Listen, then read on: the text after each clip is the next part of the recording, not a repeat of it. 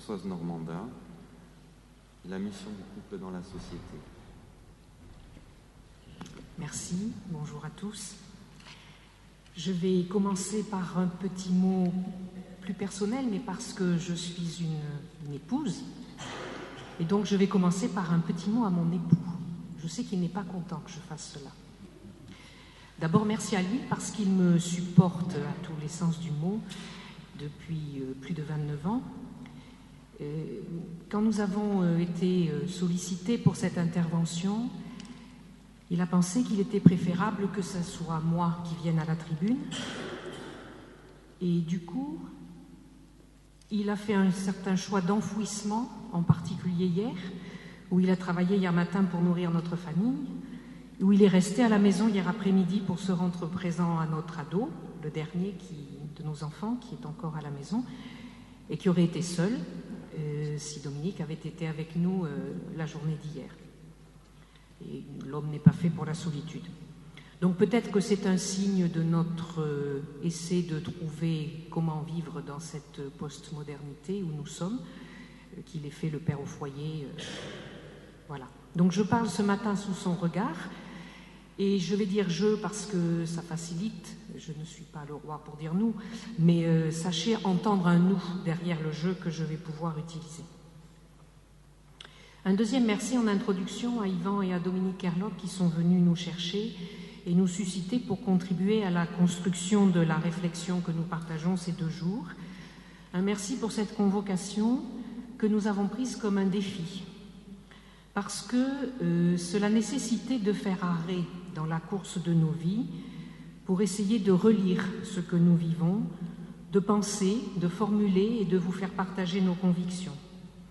Certes, ce défi ne va pas sans quelques affres et alarmes, parce que nous ne sommes pas des penseurs de métier, nous ne sommes pas des théoriciens ni du couple, ni de la famille, ni de la pastorale, nous sommes juste des pratiquants de terrain.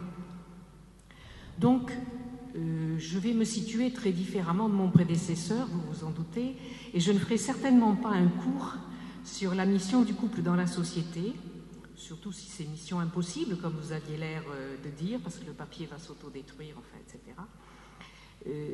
Je vous invite, si vous cherchez un topo plus didactique, à aller fréquenter de très bonnes choses qui sont sur le site de la Conférence des évêques de France, de la pastorale familiale, sur le blog des familles, tout nouveau créé. Je vous invite à vous référer aux écrits de tous les orateurs précédents. Vous y trouverez des textes construits de façon irréprochable et qui permettent de faire un travail d'intelligence de la foi. Pour moi, je ne peux que proposer une lecture, la mienne, la nôtre, avec ce qui fait priorité pour nous aujourd'hui, et qui est donc sans doute formulée de façon très différente de ce que nous aurions pu dire il y a 10 ou 20 ans, et qui, je l'espère, est tout à fait autre aussi de ce que nous pourrons dire demain avec d'autres expériences de vie. Donc j'en viens au cœur de cet appel qui nous a été fait, mission du couple dans la société. Moi, je traduis tout de suite par notre envoi au monde, dans le monde, au cœur du monde. 2 mots de notre parcours, non pas du tout parce qu'il est exemplaire, mais parce que ça vous aidera à situer ensuite ce que je dis. Chez nous, ça veut dire quelques enfants. Laissez de les considérer en personne. Et donc, dès qu'ils ont eu un peu d'âge de raison, de leur demander de faire régulièrement bilan pour eux-mêmes. Ça a voulu dire une question permanente au fil de leur scolarité pour penser quel établissement scolaire. Nous sommes chrétiens, opposition du privé, nous devons être au monde, ne pas vivre entre nous, opposition du public. Et nous avons tricoté une espèce de panachage au fil de l'histoire de chacun. J'ai toujours travaillé, avec des phases de temps partiel, quelques congés sans solde à des périodes clés. Dominique a fait père au foyer hier après-midi, mais a aussi fait père au foyer quelques mois, à une période où je terminais un stage d'internat et où lui n'était pas encore installé. Nous sommes médecins tous les 2. Nous avons longtemps vécu des engagements variés, plus ou moins prenants, où nous amenions les enfants. Les aînés ont été les mascottes de l'aumônerie du lycée de notre quartier à une époque. Nous avons cherché aussi à leur donner des lieux de vie où la proposition de Dieu leur serait faite hors de nous. Nous avons eu et bénéficié de 10 années de parcours en équipe Notre-Dame. Nous avons vécu quelques séjours pour couples et enfants, du scoutisme, des participations paroissiales. Ces dernières années, Dominique a priorisé la présence à ses parents sur leur fin de vie. Et aujourd'hui, notre engagement est du côté du travail, où après quelques états d'âme, j'ai accepté une charge qui sera lourde et où j'espère j'exercerai mon rôle de direction du côté de la responsabilité et du service, et surtout pas du côté du pouvoir personnel. Voilà quelques extraits. Je redis qu'il ne s'agit absolument pas de nous vanter ou de faire un quelconque... voilà, nous ne sommes certainement pas des exemples, c'est plutôt des moments où il a fallu chercher le chemin. Du coup, quelle est notre conviction à travers tout cela? J'ai tendance à penser que la mission des couples est à l'égal de la mission de nos clercs, un des modes de la présence de Dieu au monde, que les deux sont complémentaires et que nous avons pour objectif, alors objectif c'est un jargon de travail, nous avons pour objectif de poursuivre la création qui nous est confiée, d'incarner ce corps du Christ que nous sommes tous et où je ne sais pas situer en tant que couple quel organe nous pouvons bien représenter, afin, et le mot est fort pour moi, d'expérimenter la bonne nouvelle dans l'aujourd'hui de ce que nous vivons, afin de l'inculturer, de la traduire, de chercher à la vivre, afin de faire alliance et d'aimer concrètement. Nous avons, chacun de nous, mais aussi le couple bien sûr, à mettre en œuvre le viens et suis-moi du Christ au jeune homme riche. J'aime beaucoup cette parabole où ce garçon cherche tellement à bien faire, et il a fait tout ce qu'il fallait pour respecter la loi, et il est déstabilisé. Le Christ lui dit « Viens, suis-moi ». Où? On ne sait pas bien. Pas de recette. Juste prendre, j'espère que vous allez entendre ce que je dis, prendre le chemin, chercher à être en vérité, et l'on devient plus vivant. Et je vois bien donc la complémentarité entre un magistère chargé de nous proposer la finalité du couple, son horizon de sens et d'absolu, à la lumière de la Bible et de l'Évangile, à la lumière de Dieu, et le travail pour nous de mettre en œuvre dans le monde d'aujourd'hui cet appel. Je vous fais partager d'autres paroles parce que je crois qu'en tant que couple et en tant que chrétiens, nous avons à être chercheurs de Dieu dans cette patte du quotidien. Donc d'autres phrases qui pour moi sont fondatrices. Saint Paul tout d'abord. Je ne vais pas citer celle que peut-être vous attendez tous, femmes, soyez soumises à vos maris, maris, aimez vos femmes. Non, je vais plutôt choisir tout est permis, mais tout n'est pas profitable. Et pour moi, c'est le même sens que ce qui était écrit au frontispice de l'abbaye de Thélème, qui n'était peut-être pas un lieu idéal, mais qui disait « aime et fais ce que voudras ». Ces phrases-là, ce ne sont pas des phrases de permissivité.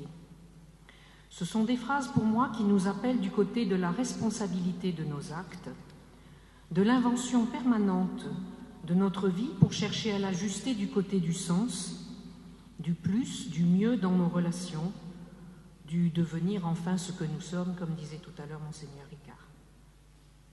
Je vais finir ce chapitre de la conviction de ce qui nous porte par une citation que j'ai trouvée d'un interview de Monseigneur Martini, dont les paroles me réjouissent. C'est vivre l'Évangile qui rend les chrétiens visibles. Vivre l'Évangile, c'est vivre comme Jésus. C'est la même chose qu'il y a 2000 ans. Cela signifie qu'il faut interpréter l'Évangile afin de comprendre ce qu'il requiert de nous aujourd'hui. Mais c'est le même principe. Être comme Jésus, aimer comme il a aimé, aider les autres comme il les a aidés, aimer le Père, aimer le monde, donner sa vie comme il l'a donnée. Mais il faut aussi se laisser guider par l'Esprit Saint, c'est-à-dire ne pas vouloir répéter d'une manière absolue les faits et les paroles de Jésus, mais laisser l'Esprit, donné par Jésus ressuscité, nous apporter la joie, le courage, la créativité pour voir ce que signifie vivre ces paroles aujourd'hui. Le Saint-Esprit pousse toujours à la nouveauté. Vous sentez, je pense, ma priorité sur chercher un aujourd'hui et expérimenter. Et pour moi, la mission du couple dans le monde, c'est un laboratoire de l'aujourd'hui de la parole de Dieu. Et si je vois une spécificité au couple chrétien par rapport à toutes les autres recherches de couples humains, de couples où il s'agit de personnes qui cherchent à construire un projet ensemble, c'est pour moi dans le sens donné à cette expérience et dans le fait de ne pas seulement se recevoir l'un de l'autre, mais aussi se recevoir de Dieu.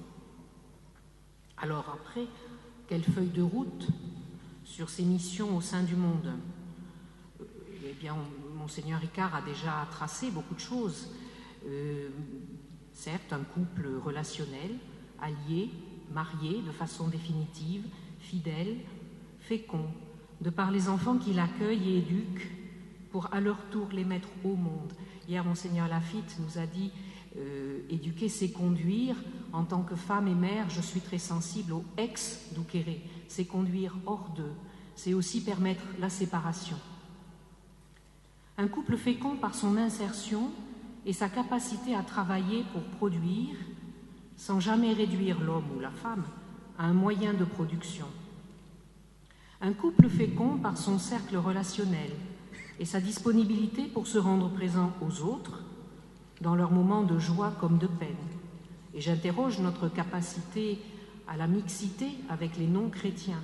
Savons-nous avoir des cercles relationnels dès que nous sommes un peu investis en Église, où effectivement il y a largement autant d'autres que de nous-mêmes?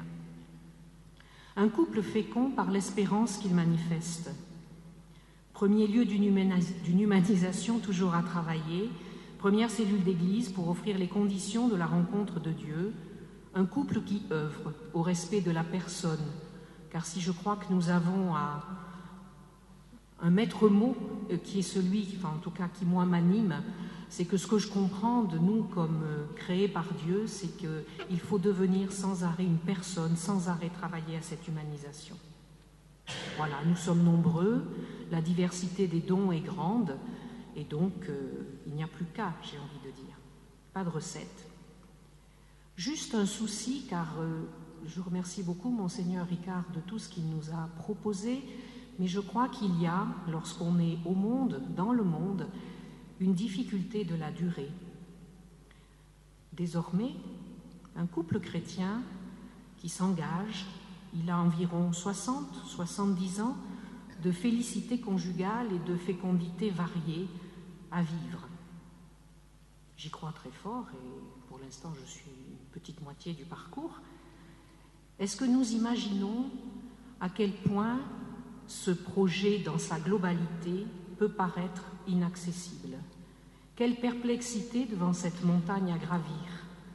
Comment dit-on les déserts à traverser? Quelles propositions faire pour que nous restions levains dans la société? Du coup, je crois que la priorité pour nous, c'est de soutenir le couple. Et du coup, c'est ça que je vais chercher désormais à dire, plus que qu'est-ce qu'on doit faire pour être au travail, pour être... voilà. Je crois que ce qui est fondamental, c'est comment, dans notre monde d'aujourd'hui, trouver d'autres voies, compléter ce qui existe pour soutenir le couple.